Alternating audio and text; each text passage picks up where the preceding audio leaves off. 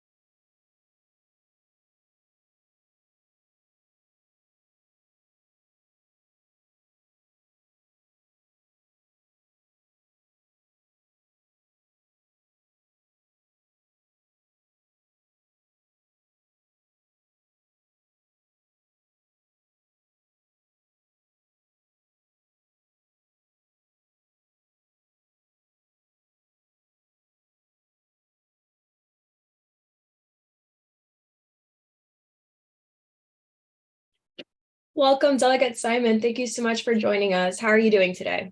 Frida, it's great to be with you. I look forward to the discussion. I'm doing well. Lovely to hear that, and likewise. So to start off our Aircast, we wanted to ask a few questions. Our first question, however, is about democracy. And one of our missions of our organization is the general promotion of democracy, particularly within college-age voters, but the general public as well. So our first question that we want to ask you is, how do you think the public can become more engaged in and impact our democracy? It's going to be obviously, the easy answer to that is go vote, right? But why vote? And what is it that we're voting on? And how do we get engaged is the tougher question. And I would say that it's to go out and be part of your community. There are an amazing number of opportunities to serve. Be careful talking to your elected officials because you might get volunteered for something. I'll give you an example. My wife was really unhappy with the school bus schedule for our kids when they were growing up, and we had a middle school student who just really had a hard time getting up in the morning, and so she was saying, we ought to flip the way the high school and the middle school kids go, and she got appointed to the Student Health Advisory Commission for the Fairfax County School Board. Essentially, her elected official said, that's a great idea. You seem to have a lot of really strong feelings about that. Here's the way you can get involved. Here's the board that actually makes those decisions. So I guess I would say know who your representatives are. Don't be afraid to reach out to them, and they can probably steer you towards some ways to get involved. And hold us accountable, right? I mean, and that's, again, the key. That the first step is, again, to know who represents you at every level of government, know how to reach them, and then don't be shy about reaching out to your elected officials.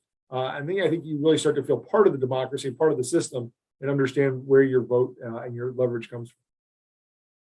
Thank you so much for that. I agree. You definitely have to put yourself out there to become more engaged in our democracy and therefore to impact it. Our next question is, what role should the Justice Department play in elections, if any? So I hope, ideally none, right? I mean, ideally everything goes along well and is transparent. I'd like to see some supervision. Unfortunately, when the Justice Department's gotten involved in the past, particularly as part of the Civil Rights Movement and the Voting Rights Act, it was to supervise southern states that had a history of denying the right to vote on the basis of race. And so under the Voting Rights Act, state like when Virginia, for instance, which had a long history, an unfortunate history of denying blacks the right to vote, would adopt a new map for districts for every 10 years. You'd have to go through what's called a pre-clearance process, where you'd have to actually send that to the lawyers at the U.S. Department of Justice, and they'd have to look at our maps and say, hey, these are not going to fly. You're doing this to deliberately split up communities of color, or you're doing it to water people's votes down. You're trying to pack them all into one district when they really should be spread out over three. So, again, I still think, frankly, that's necessary. So if you're asking me what I think the Justice Department should do, I think we should go back to pre-clearance, even though the Supreme Court of Virginia, or Supreme Court of the United States, seems to have ruled that we've outgrown that necessity. In Virginia, actually, we've tried to set up our own Virginia Voting Rights Act here, so that, and we don't have a Department of Justice, we have an Attorney General's office, and it requires localities, when they do anything that changes voting locations, voting dates, hours, things like that, to actually run it by the Attorney General's office first for its own form of pre-clearance, to say, hey, is this going to have a discriminatory effect or impact on people? Is this got a discriminatory motivation? So, I mean, you've seen this in some other states. You'll see during COVID even, the number of polling places, shrinking and forcing people from Black neighborhoods, Hispanic neighborhoods, other disadvantaged neighborhoods to have to drive for miles and miles across town to go to a smaller number of polling places, which were in primarily Republican neighborhoods. So there are all kinds of opportunities for mischief, and the Department of Justice ought to have a role in making sure that nobody's voting rights are being abridged. And so, I was a big proponent of pre-clearance. I wish that hadn't gone away. I'm a little bit concerned about the even more efforts underway at the Supreme Court to gut the Voting Rights Act.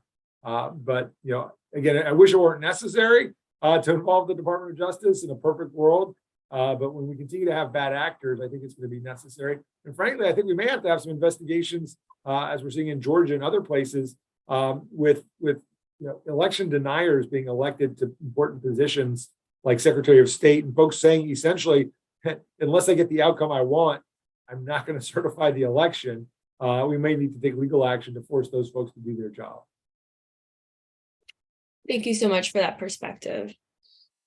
Our next question relates to gun violence prevention, which is an issue that's particularly important to you. So we wanted to ask, a lot of political discourse surrounding gun violence is around AR-15s, but as we know, handguns are the most common type of gun used in gun violence. So do you think there is a disconnect when there is discourse about gun violence? Yeah, so it's always interesting to deal with people's perceptions versus facts and statistics, right? And it is a fact that a lot of handgun violence, or a lot of gun violence, most of it, if you actually were to look at it, is committed with handguns.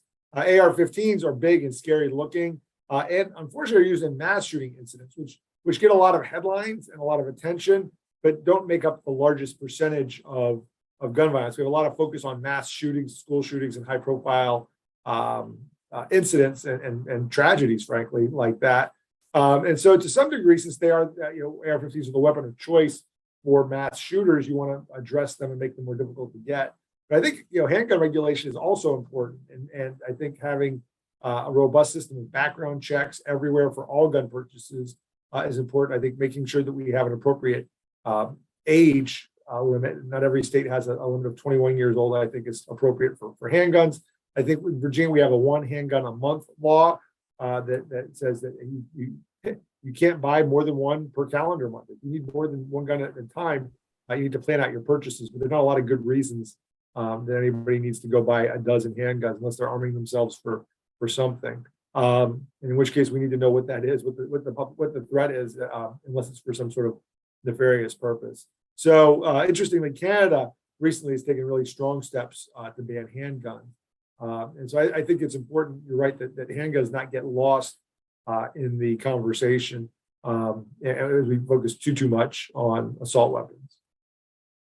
I agree. Thank you. And my last question for you is also an issue that's particularly important to you. It's about the student loan debt crisis. So what do you think are realistic goals in the student debt crisis, the student loan crisis? Yeah, so I mean, I think that implementing the Biden plan right now would be great. I mean, I think we've got some conservative states, Republican states. I shouldn't say conservative. I don't think there's anything necessarily conservative about it. But yes, some Republican states that are politically opposed to Biden succeeding in this effort to forgive $10,000 of student loan debt and $20,000 for Pell Grant recipients. And so they've filed a lawsuit and gotten an injunction to temporarily prevent the actual forgiveness, although the Biden administration, so anybody who's listening is thinking about applying, they're continuing to take applications for the loan forgiveness, and I think you should continue with that process. I think realistically, we ought to, that's it's a number that disappointed a lot of people. I think a lot of people wanted all student loan debt wiped out, but it's like sort of like your issue with handguns. When you start to actually drill down into the numbers, as little as $10,000 would have a tremendous effect on a large number of student loan borrowers, and particularly those that are having trouble making their payments. Oddly enough, if you've got $150,000 in student loan debt, you might be a doctor, right, or a lawyer. You might have the means to actually figure out how to pay that back. The folks that are struggling, if you only have $10,000, it's likely that you started college but may not have finished, right? A lot of people don't understand about student loan debt. A lot of it is carried by people that started college, took out loans to begin the process, but never got a degree. And so, the idea was, hey, I'll borrow this money, go to college, get a degree, which will lead to a higher paying job, which will make it easy for me to pay this back. And that never panned out. And so I think there's a lot to be said for the Biden plan. I think for other folks that have more student debt, one of the things I've been trying to work on in Virginia, a couple of things. One is to force the loan servicing companies to treat their borrowers fairly. It seems like this should be a relatively easy political lift, but there's not a lot of supervision of student loan servicing companies and not a lot of regulation to prevent them from lying or giving out, so it's intentionally giving you bad information, or frankly, any standards to hold them to the quality of information they give out. And so you get a lot of people that are steered into the wrong kind of repayment program, or take a forbearance out, not understanding what the word forbearance means. That it means that money is going to still have to be paid back, but interest is going to keep accruing on it. And it's actually only the debt's only growing while you take a brief break from paying it back. So we've got a student loan in Virginia. We set up a Virginia student loan regulatory authority, so the Bureau of Financial Institutions can keep an eye and be a resource for borrowers. And then finally, what I'd like to do, and I think some others for the larger loans, is give people the ability to refinance those loans. I know right now interest rates are pretty high, but it's funny, even at historically high rates for mortgages, up around 7%, that's still a lot less than a lot of student loans. And so I think allowing, when rates do go back down as they fluctuate, allowing student loan borrowers to lower their interest rate and lower their payments would be something they ought to be allowed to do if they couldn't get it forgiven for the amount that's in excess. And so those are some of the reforms I'd like to see come to the student loan piece. That's different than college affordability. A lot of times you get a reflexive answer. You ask about student loan debts and people will say, well, college costs too much. And that may be true. And we need to work on affordability also. But don't tell that to the 35-year-old person who's dealing with student loan debt from 10, 12, 15 years ago, that they're still struggling to get paid down and get paid off and feels like they're treading water and can't get anywhere with those. Those folks need some options too. I agree. Thank you. So now we're going to open up the floor for a student panelist. Our first student is Devin Pieczynski, a global affairs major. Devin, the floor is yours. Hi, Delegate. Thank you for joining us today. My question for you is, why did you decide to get into politics, and do you have any aspirations to run for Congress in the future? Sure. I mean, that's a great question, and I get that a lot. So growing up here in Washington, D.C., I'm actually from Northern Virginia. I grew up inside the Beltway in McLean and Falls Church. And my kids, funny enough, still go to the same high school that I went to and will graduate from the same place. So we all stayed local. But growing up inside the Beltway, politics is sort of around you all the time. You're immersed in it. I had a congressman as my next door neighbor, and his next door neighbor was a congressman. We had a Supreme Court justice that lived around the corner.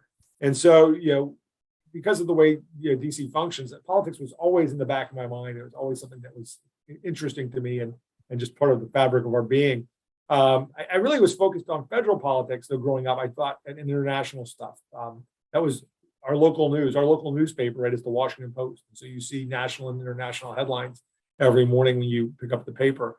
But in 1992, I graduated from college. I actually graduated with a Near Eastern Studies and a journalism degree, thinking I would go off and cover the world and be a journalist and report from the Iraq War, the first one. And found out it's not that easy to get a job right out of college. And so I met, just my earlier advice, my parents were very involved in local politics and knew this guy who had just been elected to the House of Delegates the year before.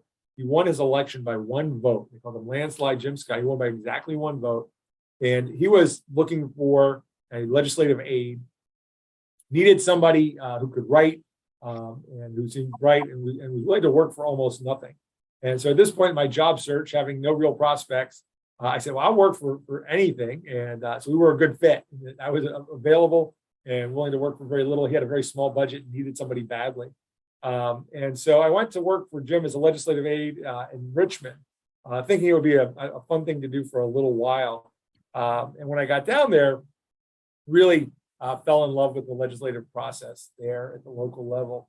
For those of your listeners who aren't real familiar with state politics, we have a 60-day session in Richmond, and a 45-day in our short years. So 60 days is actually our long session. And you get to watch. It's just like the Schoolhouse Rock video from the 1970s. You guys have seen them on YouTube.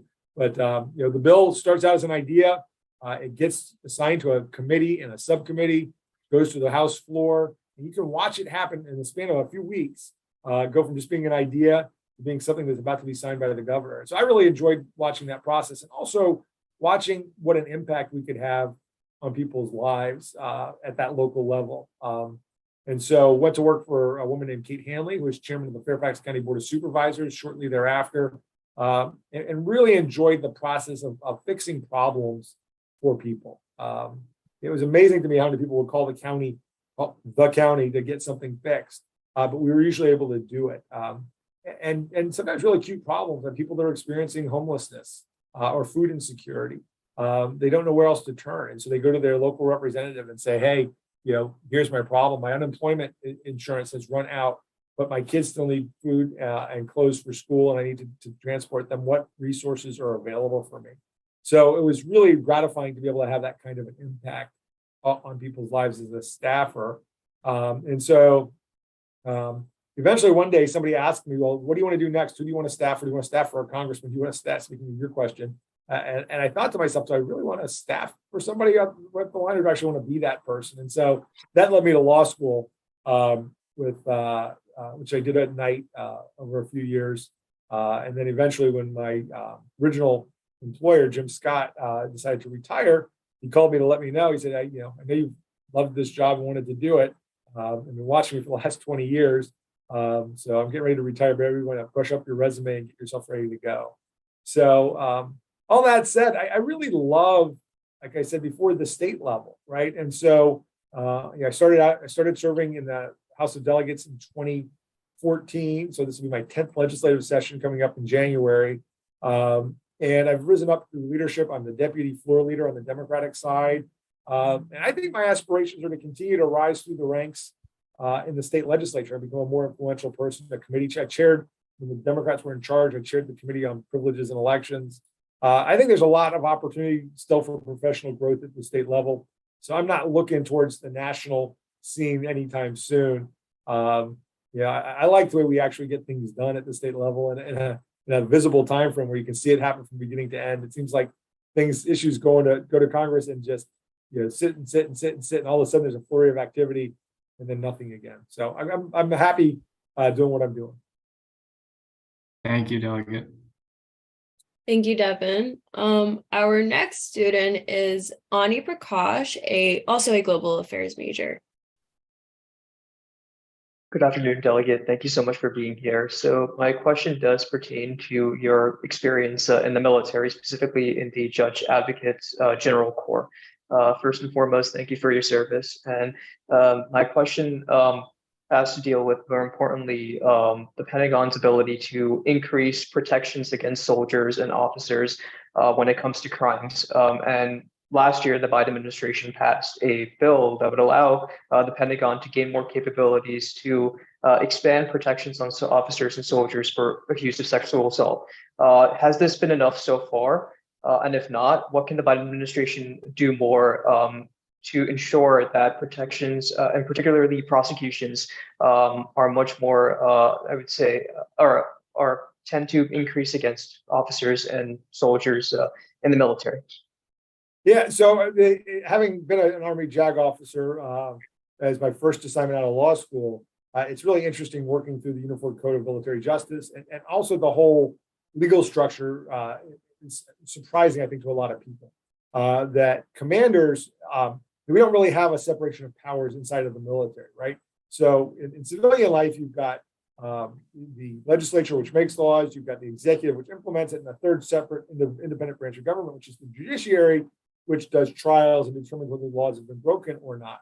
In the military, it's all actually technically within the command structure, right? So the decision about whether a law has been broken or not, whether to prosecute it or not, and so forth, is all within the command structure. It's all the commander, up the chain, all the way to the commander in chief. And so what's happened is that, and the commander has a decision to make if when a crime has occurred, or when they get to sort of help determine whether a crime has actually occurred or not. If it has occurred, whether it should be dealt with through non-judicial punishment or through a judicial process, or some other we had administrative processes for separation and things like that. And so the problem with sexual assault is sometimes that because the person you first go to when you say, hey, somebody's committed a crime against me, the first layer or person that you have to decide whether or not there's going to be charges or not, or whether a crime has occurred or not, is your commander. Well, what if your commander is the person that's doing it? You got to go to the commander above them, but those two have a relationship, right? And that's, that commander was picked or assigned to the person above them, and so it can become tricky. And so there's been a lot of effort, Kristen Gillibrand and some others, to create a separate, build in some safeguards, particularly for sexual harassment and sexual assault cases, so they be treated a little bit differently and pulled away from the local command. And that's controversial because there is, part of the reason we give commanders that discretion is they're in charge of the readiness of their, whatever their level is, whether it's a battalion, a company, a platoon, and so forth. And we expect a lot from them. And so we give them a lot of responsibility and also a lot of accountability. And so I think, though, that because of the nature of sexual assault and sexual harassment, the fact that it's really sort of a workplace issue, the fact that because of the way that the military command structure is set up, it puts people in a particularly vulnerable position from time to time. I would support continued work to sort of treat sexual harassment and sexual assault cases differently in the military than we've traditionally dealt with other types of criminal issues. And so if there's whether that means creating a special command to deal with that, or a special judiciary, or whatever, I'm not, to be honest, I'm not 100%. I understand the problem. Just to find the problem for you, I'm not super familiar with the specifics of the fixes, except that I agree that those sorts of fixes need to be implemented, notwithstanding the existence of some in the command structure. Thank you. Thank you, Ani. And our last student is Ben Murphy, a political science major. Ben, the floor is yours. Hi, thank you for joining us today, Delegate. My question pertains to democracy, and I'm sure, as we're all aware, certainly around presidential elections, there's always criticism of the Electoral College, our two-party system, and the winner-take-all system. So I was curious if you think alternative system, something like ranked choice voting, for instance, or something else would be beneficial in combating the rising polarization that we face every day. Yeah, it's interesting.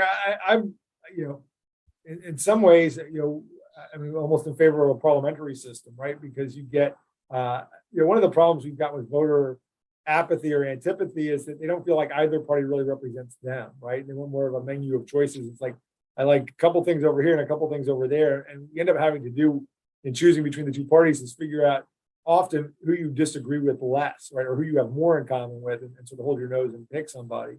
Ranked choice voting is another way of trying to, we've actually seen it in some places in Virginia. We're starting to do it as a local option in town and local elections tend to be a little less partisan anyway, or from multi-member districts, and allows somebody to find the person who's like on their part of the voting spectrum.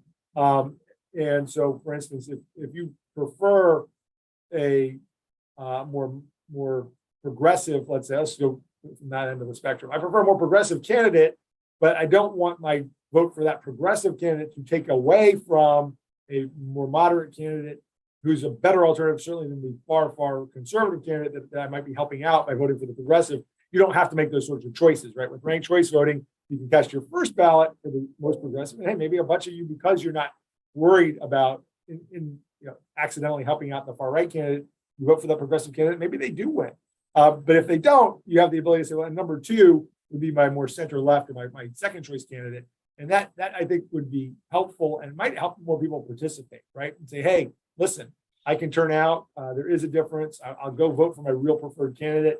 As long as I'm here, I'll rank the person I can live with, but don't prefer for second. There's also what we saw happen in Alaska is a really interesting sort of real life experiment on what we call jungle primaries, right? Which is another form of ranked choice voting where they don't even do partisan primaries. Everybody goes in a round one, essentially. And what we found is we had a Democrat win in Alaska, to the surprise of a lot of people, because Sarah Palin, even as a Republican, was everybody's last choice, right? Even Republicans didn't want her. And so I think it's worth considering looking at different voting methods. I think Virginia is open to experimenting, particularly with ranked choice voting at the local level. I'm not opposed to it. I also am interested in, and I've sponsored a bill in Virginia implementing something called the National Popular Vote Compact, which would be an end around the Electoral College, where you get a bunch of state legislatures to agree to assign their Electoral College to essentially vote the slate of electors for the candidate that wins the overall national popular vote, so that we don't get an anti-democratic result that we've had for the last, I think, 3 elections or so, the last 3 Republicans anyway, where you have somebody who did not receive a majority, the lower number of votes actually being elected president. So I'm open to all those reforms. We've done, I guess I've sponsored some of them. I would like to see localities and local governments and states even be the testing ground, the experiment, right? The laboratories that I'm looking for these sorts of experiments. And I think once the public sees that that's a way to get a result that everybody actually maybe prefers, you'll see it catch on. Just a bit of a follow-up question. Sure. I was curious because for the average voter, obviously the elections that are going to be most impactful on their daily life will be local and state level ones. But generally, most people are almost uniquely focused on presidential elections, the national level ones. So I'm curious, what kind of steps do you think can be taken to convince people that, local and state level elections are the things that they should be kind of putting their attention to? And that's a great question. If I knew the answer, we'd have 60 Democratic members of the Virginia House of Delegates instead of 48. But we do have a celebrity culture, right? And we live in an era where you need a big, giant personality a lot of times to get people's attention. It's funny, as diffuse as our media consumption is, it's still the same influencers. It's still big celebrities that seem to manage to catch people's attention. Things we should do in Virginia, for instance, I think we ought to go to even year elections at least, right? In Virginia, we really separated ourselves from the presidential stuff by design, so that you only have the right kind of people voting in odd years. So I think aligning the elections better with the presidential years. I think, so here's the unintended consequence. I think of the Supreme Court's, what I view as judicial advocacy and returning issues to the states. I think, the unintended, but maybe a beneficial consequences, it's going to force people to start to think about who their state legislator is. How is it that a relatively liberal state or 50-50 state like North Carolina has a Republican supermajority, right? How did that happen? Well, because Democrats weren't paying attention to those state legislative races. But now that your access to contraception, your access to abortion care, whether or not you can marry the person you love, is all going to be decided potentially at the state level with no federal backstop of the Supreme Court. I think people will start to realize that their day-to-day lives really are impacted in important ways by those elections. And hopefully that will draw folks' attention. That's the alarm bell that I always try and sound is the stuff that affects you when you pull out of your driveway in the morning, right? Whether you can pull out or not, or there's too much traffic, how much traffic there is at that first stoplight, how it's timed. If you're dropping kids off at school, how many kids are going to be in their classroom with them at the park and ride, whether or not people will be able to carry guns close to the school or not. All those things that affect you, like every time you leave your house, are state and local issues. And so I try and tell that story to people in a way that they can understand, hey, wait a second, everything I do is really impacted by who my state and local elected officials are. Great. Thank you for the response. I appreciate it. Thank you, Ben. And that looks like all the time that we have for our afternoon Aircast. Thank you, Mason students, for your participation today. Do you have any final thoughts? It's great talking to all you guys. I have a sophomore at the University of Delaware who's a global studies major, so it's great to hear from you guys. I'm going to tell her what you all do, and maybe she can emulate you all over in Newark, Delaware. But great talking to you all. Thank you for joining us. We appreciate it. So much. We appreciate it. Mason students, do we have any final thoughts?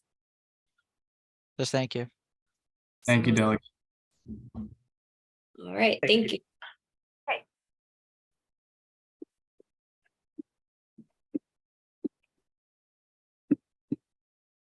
You can learn more about the US On Air network by going to us.onair.cc and select one of the About posts. You can find a video recording of this Aircast in our US and Virginia On Air YouTube channels and in VA On Air posts.